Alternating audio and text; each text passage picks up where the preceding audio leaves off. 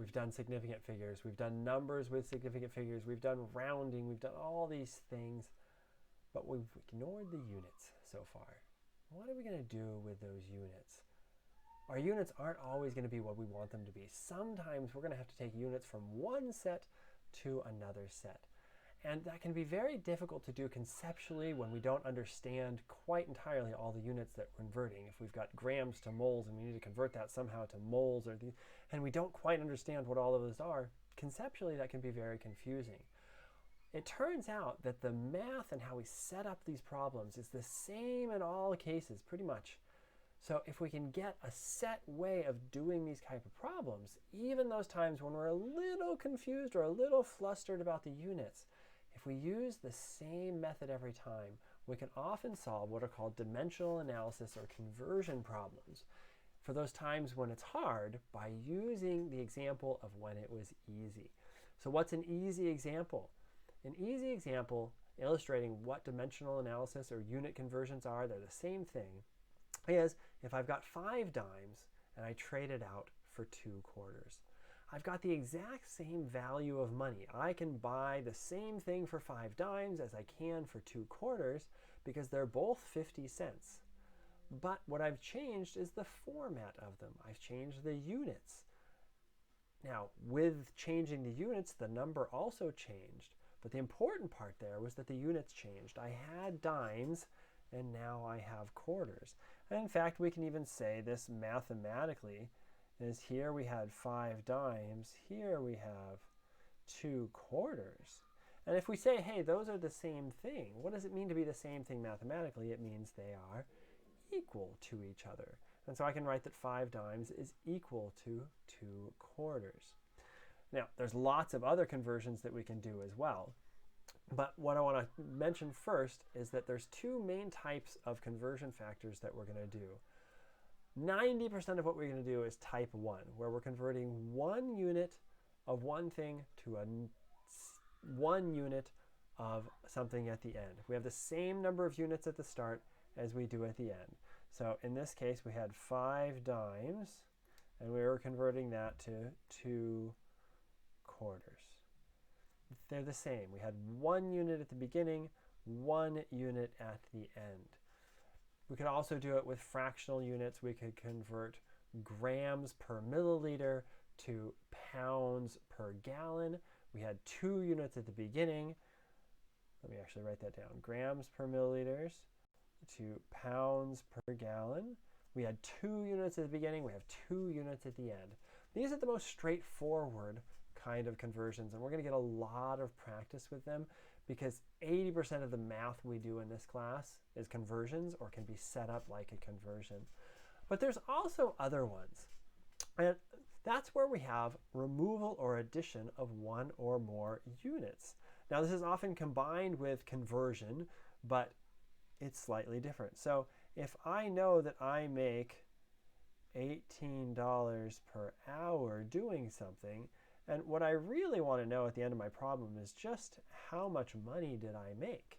I've got an issue because here I had 2 units, dollars and hours, and here I only have 1 unit, which is dollars.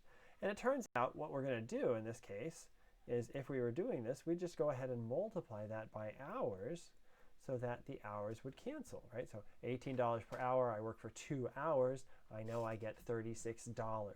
And so I changed the number of units I had by multiplying by a unit.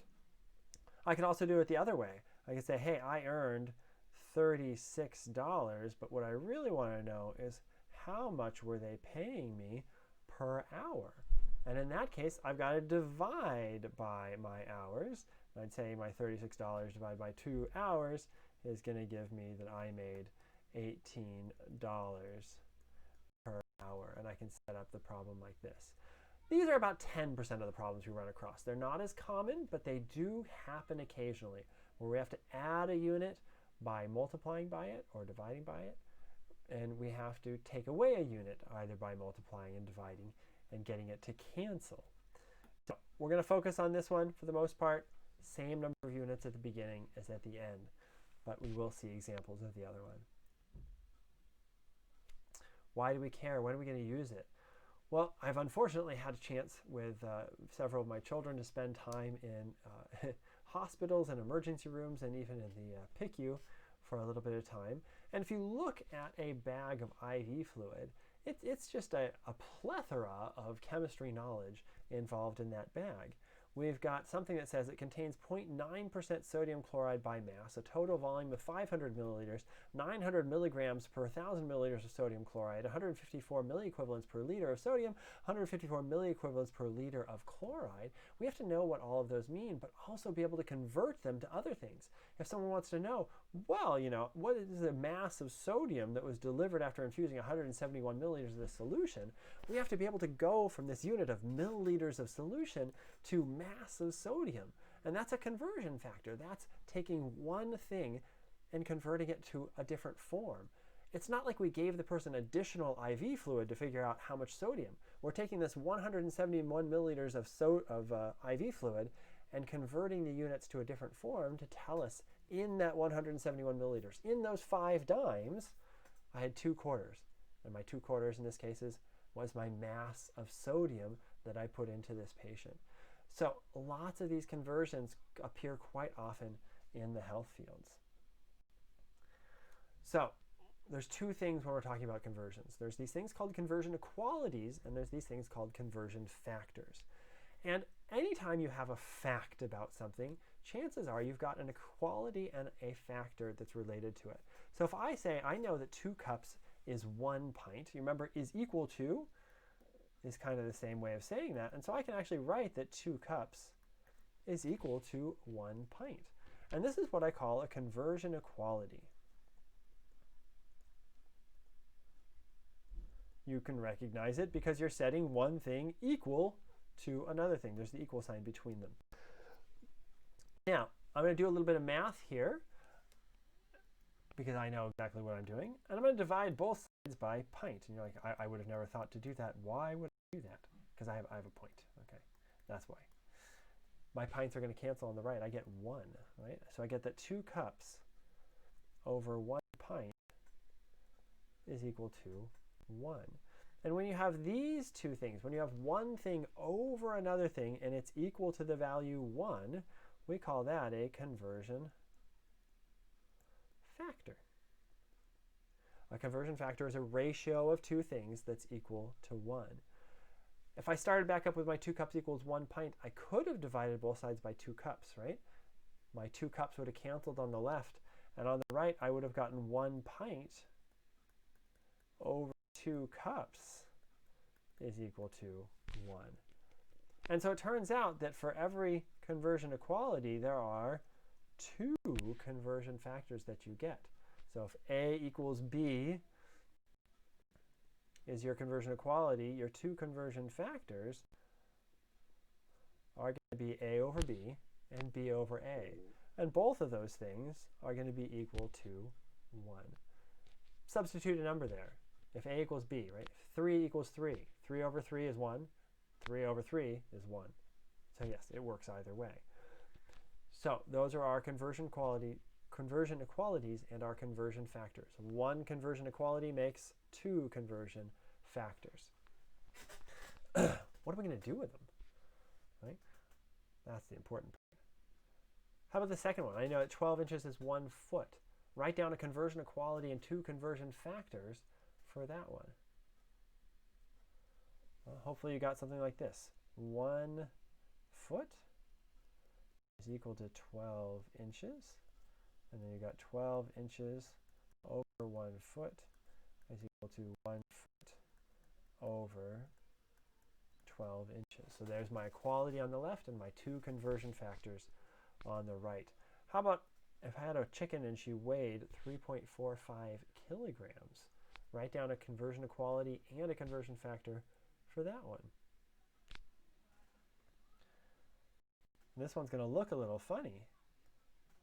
But what do I write? I mean, the 3.45 kilograms is great. I understand that. But what does that equal to? Well, it was equal to 1 chicken. Can chicken be a unit? Absolutely. It's descriptive. It's telling me the what. Remember, that's what a unit does. It tells me a what. I don't say I just have 1. I say I have 1 chicken, and that describes what I need. which means I have two conversion factors, 3.45 kilograms over one chicken, and one chicken over 3.45 kilograms. As we move forward, we're also going to realize that kilogram is never by itself. It's always kilograms of something, but we're not going to get there for now. But I'm just, in case you look at this video later and say, how come we didn't put the helper unit there? It's just because I'm introducing things one at a time here. So there was our one conversion equality and our two conversion factors. But like I said, the interesting part is what can we do with this? What are we actually going to do? And we're going to convert things. We're going to convert 5 dimes to 2 quarters and back and forth like that. So let's write this one again. 2 cups equals 1 pint. 1 pint over 2 cups equals 2 cups over 1 pint equal to 1. We had that on the last slide. We figured out that's our one conversion equality and our two conversion factors. And, you know, if I were to just ask you off the top of your head, if I have 2 cups, how many pints do I have? Most of you would come up pretty quickly with that I have 1 pint. And if I said I've got 4 pints, how many cups do I have? Most of you might go, 4. I got 8 cups. Most of you could come up with that in your head. In fact, even on slightly more complicated, I could say, well, if I got 20 cups, how many pints do I have? Most of you probably, after a little bit of thought, would come up with, oh, you've brought 10 pints. A little bit harder is what if I say I've got 47.3421 cups? How many pints is that? And there it gets a little bit trickier. You can't do the math in your head so easily. So you might grab out a calculator, but by the time you get out the calculator and type it in, you can't remember, should I multiply this one by 2 or divide this one by 2? I don't remember. And so it gets a little trickier when the numbers get harder. Or what if the number is 1.73 times 10 to the 4th, and you've got scientific notation in there? Wow, it gets a little more complicated. But it turns out if we do this very systematically, we're going to solve every single one of these problems exactly the same way. So if I say I've got 16 cups, so we're going to start with one we know the answer to. If I've got 16 cups, and I want to know how many pints is that, what I'm going to do is I'm going to set up what I call a conversion. And a conversion just says I'm going to use one of these conversion factors that are equal to 1 to change from one unit to another unit. How does that look? Well, I'm going to start over here. I'm going to write my 16 cups over here. And I know I'm looking for pints. So I'm going to write that over here. And then I'm going to put a set of parentheses here. If you've done this kind of work before, some people just do these with lines. I like parentheses, but you can certainly do it with lines if you've done it before. And what am I going to put inside those set of parentheses? Well, I'm going to put a conversion factor that gets me from cups to pints, right? What does that conversion factor look like? Do I multiply by 2? Do I divide by 2? And if that's the first thing you came up with, you're actually asking yourself the wrong question. Because if I'm looking for cups to pints, what I want to make sure is that I get pints at the end and I don't get dogs. Right? Because if I try to convert cups to pints and I get dogs, I'm in trouble because I'm not getting the thing that I want to get. So we have to make sure that we're going to get pints in our conversion. So in our conversion, we're going to work on units first. Always units first. And once we know our units are right, once we know we're getting pints, then we can worry about how many of them there are. But if we think we're going to get dogs out of this, then we should fix that and make sure we're going to get pints out of this. So what does that look like? Well, I don't want cups anymore. Right? I'm trying to get rid of cups, and I want pints now. How do I get rid of cups? Well, how we get rid of things mathematically, if there's 1 in the numerator, we need to divide by that. So now I've got a cups in the numerator, which is going to cancel my cups in my denominator. And it looks something like that. But that doesn't get me what I want, because what I want is pints. So how do I get pints? I put that up top. And again, this is backwards from how most people think about it. Most people think about putting the numbers in there with their units and then doing the problem. But what I want us to practice in this class is do the units first, then put in the numbers. Right? So now we know we're going to get pints, and cups is going to cancel. We actually canceled them. We looked to make sure it was one on top, one on bottom. We didn't just hope that it was. And we know we're going to get pints because that's the only thing left, and it's in the numerator where it needs to be. Now, what do we put in there? Where does the 2 and the 1 stuff go? Well, that's where our conversion factors that we made help us out. What one has pints on top is this one, and so we're going to copy that down. 1 pint is 2 cups. And in fact, I'm even going to save you a step and say you don't even have to write down these conversion factors. You can get them from the conversion equality itself. Let's go back over to here. Here it says 2 cups is equal to 1 pint. These two things are attached to each other. The 2 and the cups should never separate. So when I'm trying to figure out what goes into my conversion factor down here, I've got the unit cups because I did cups first, and there's a 2 in front of it, and so that's got to be what goes down here in front of my cups. Same thing for 1 and pints. They are connected to each other. So when I've got the pint unit here, I know that I've got to put this 1 in front of there, and I get 1 out of 2. The rest you just stick in your calculator. We learned how to put that in our calculator. 16, everything on top gets a times. We can multiply by 1 if we want to, but we don't have to. And then divide by 2, we get 8 pints. So that works really well when we know the answer. But like I said, when we don't know the answer, what if we had 24.33 pints, and we wanted to know how many cups that was? What would we do? Well, we're going to set this up just like we did this last time. Pints and cups. We're going to say, hey, I'm going to try to put together a conversion factor that will get me from one thing to the other. The first thing I'm going to do is get the units right. I've got pints, but I don't want it anymore. So would pints go up top, or would pints go on the bottom? Oops. Hopefully you came up with that pints has to go on the bottom. 1 on top and 1 on bottom for things to cancel. If I want to get cups in my numerator, I better have cups in my numerator. And you can see how just looking at our problem tells us how to set up the units here. We don't have to memorize. In fact, please don't memorize that this unit goes on top and this unit goes on bottom. The problem itself will tell you where the units need to go, because in this previous problem, pints went on top and cups went on the bottom, but now cups is on the top and pints is on the bottom. So if you memorize that it's one way or the other, half the time you're going to get it wrong. But if you let the problem tell you, then you stand a good chance of getting it right. Now we've got to figure out where the 2 and the 1 go. But you remember there's 2 cups and 1 pint. That 2 and the cups are linked. They should never separate. So here I'm putting the 2 in the numerator because I'm keeping my number with my unit. I put 1 here. If you look back at our previous problem, 1 was in the numerator and 2 was in the denominator. So again, we can't memorize that this number goes up top, this number goes on the bottom. What we should memorize is that numbers stay attached to their units.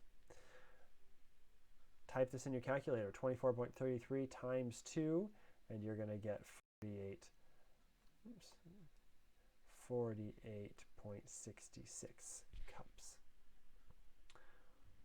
All right, 48.66 cups. And that's how we use these kind of conversion factors and conversion problems.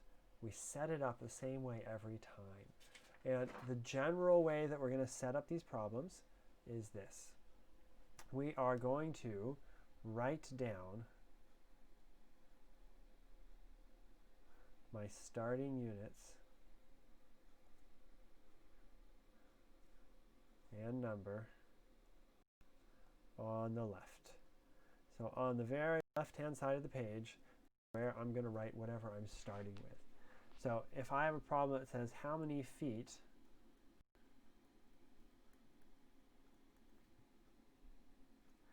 in 36.7 inches,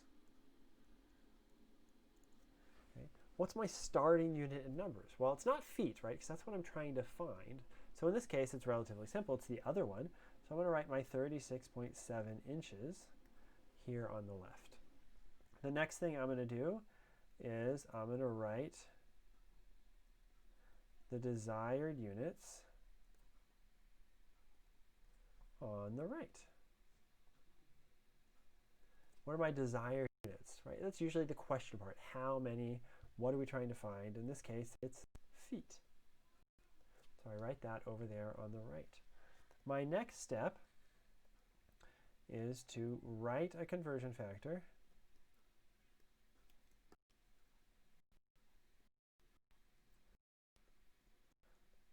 and determine my units.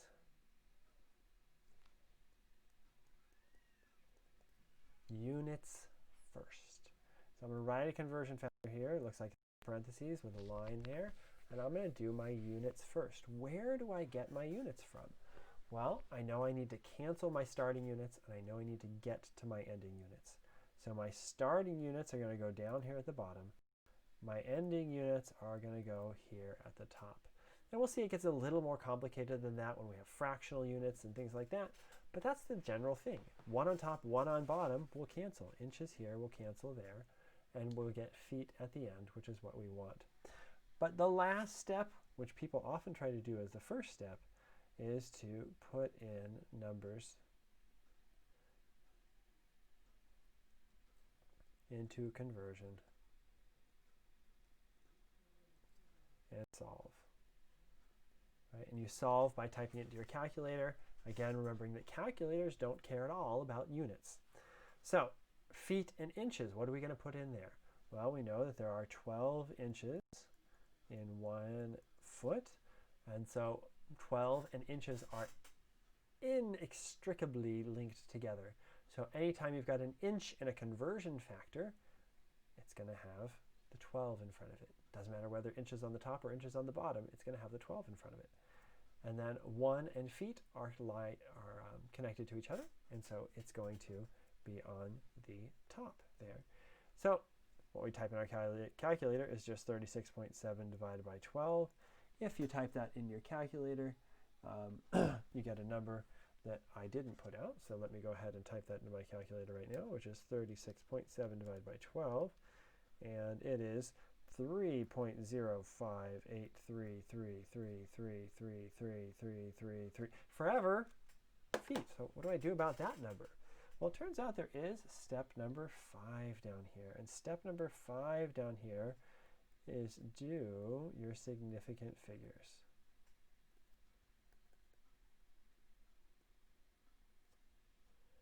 Now, what do we do with our significant figures? In our significant figures, we are going to go back up here and try to figure out what's going on with our significant figures. So here we've got 36.7. How many significant figures there? It's 3. What about 1 feet and 12 inches? How many significant figures in there? Well, it turns out those are exact. Those are definitions. 1 foot and 12 inches, I'm never going to measure that better. So those are exact. They have infinite numbers of significant figures, which essentially means we're going to ignore them for this. And we want our answer to have 3 significant figures, which is going to be 3.06 feet.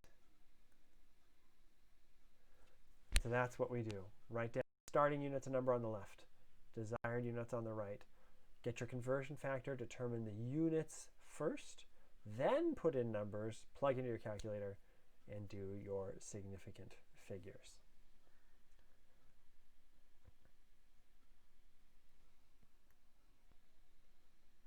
All right, let's practice just some units right here. We're only going to do units. We don't want the numbers right now, but how do we make sure we cancel everything? We've got 15 milliliters. We're trying to get liters. What do we have to do? We have to cancel out milliliters, and we have to put in liters. It doesn't matter if we know the numbers that go along with that for now, but we know that's where those units have to go. How about parsecs and feet? And you're like, I don't know. I have no idea what a parsec is. Why would I know that? But you know where the unit goes. You've got parsecs in the numerator. You've got to cancel it out with parsecs in the denominator. You want feet at the end? You better put some feet up there. Okay? Atoms and moles. You're like, again, I don't know what these are, but we know that we've got atoms in the numerator, so we need atoms in the denominator, 1 on top, 1 on bottom to cancel. And we know that if we want to get moles at the end, we better have a moles in the numerator here. How about these other two? We've got grams per liter and we want grams. That's one of those cases where we had 2 units at the beginning, only 1 unit at the end. And what we had to do is we had to multiply to get rid of the unit we didn't want. What don't we want is the liters.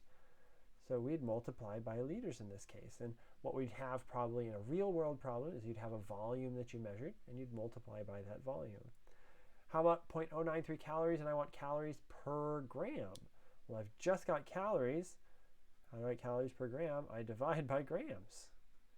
So what you do in the real world is you'd measure some sort of mass of something, and you divide by that mass in order to get calories per gram. So that's how we do the units first in our conversions. So here's a few for you to try. First, I want to convert 37.5 inches into feet. What am I going to use as my conversion factor? So try it and then check it in. All right, 37.5 inches into feet. What's my conversion factor going to look like? I need to cancel inches. I want to get feet. And so I get feet per inches. Now, what's my conversion equality? It's 12 inches in a foot. 12 and inches are linked together. The numbers stay with their units, and I get 1 foot divided by 12 inches, which is D. How about if I wanted to convert 18.3 parsecs into light years? What would that look like? Take a moment, try to figure it out. All right, I've got 18.3 parsecs. I wanted to convert that into light years. I have a conversion factor. We need to get rid of parsecs, which means parsecs has to go on the bottom. I want light years, and light years has to go on the top. And so what do I have? I have light years per parsec. And I start with 18.3 parsecs, which is this guy. All right, how about if I wanted to convert 400 IU of vitamin C into milligrams of vitamin C? What would I use? Okay, you go try first.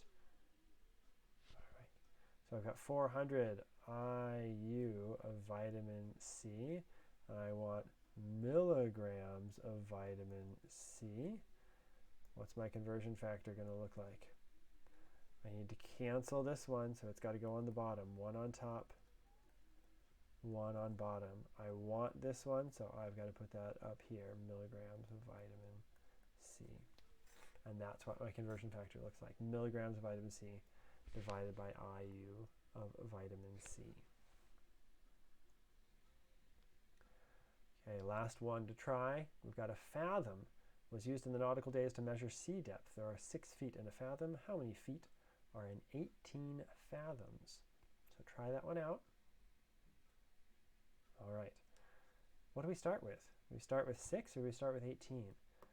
Remember, in A is a sign of equality. So we have 6 feet equals 1 fathom. Since we're trying to look, right, we're trying to look for feet. We're trying to look for a single unit. Chances are we started with a single unit, which is going to be this one. So we've got 18 fathoms. And what do? What goes on bottom? Well, fathoms needs to go away, right? And so we put feet up here. Now, where do we put the 6? We've got 6 feet. 6 and feet are connected. Anytime feet appears, the 6 appears in front of it. Fathoms is down there. And so you've got 18 times 6. And 18 times 6, if you type it into your calculator, let's go ahead and do that. 18 times 6, I get 108 feet. And so you might be like, oh, good, I got C right there. But I was being a little tricky. I was being a little tricky in this one because 18 fathoms is a measurement. And if it's a measurement, it's got significant figures. What about this one? Is that a measurement? Well, I use the word exactly here, which makes it exact, which means we don't worry about the sig figs in this one. And so our answer can only have 2 significant figure. And what do I do with 108 for 2 significant figures? Is 110 feet. So the actual answer is 110 feet. Go ahead and still pat yourself on the back if you got 108, but just be aware that we do always need to check for significant figures at the end of our problems. All right, so that's our introduction to conversions. We're going to do hundreds of conversions in this class, so you will get very used to hearing me say what goes on top, what goes on bottom. And eventually you'll get it. Right now it seems a little bit hard, but we will get it, and we will practice it and practice it and practice it, and you'll get it eventually. Thanks.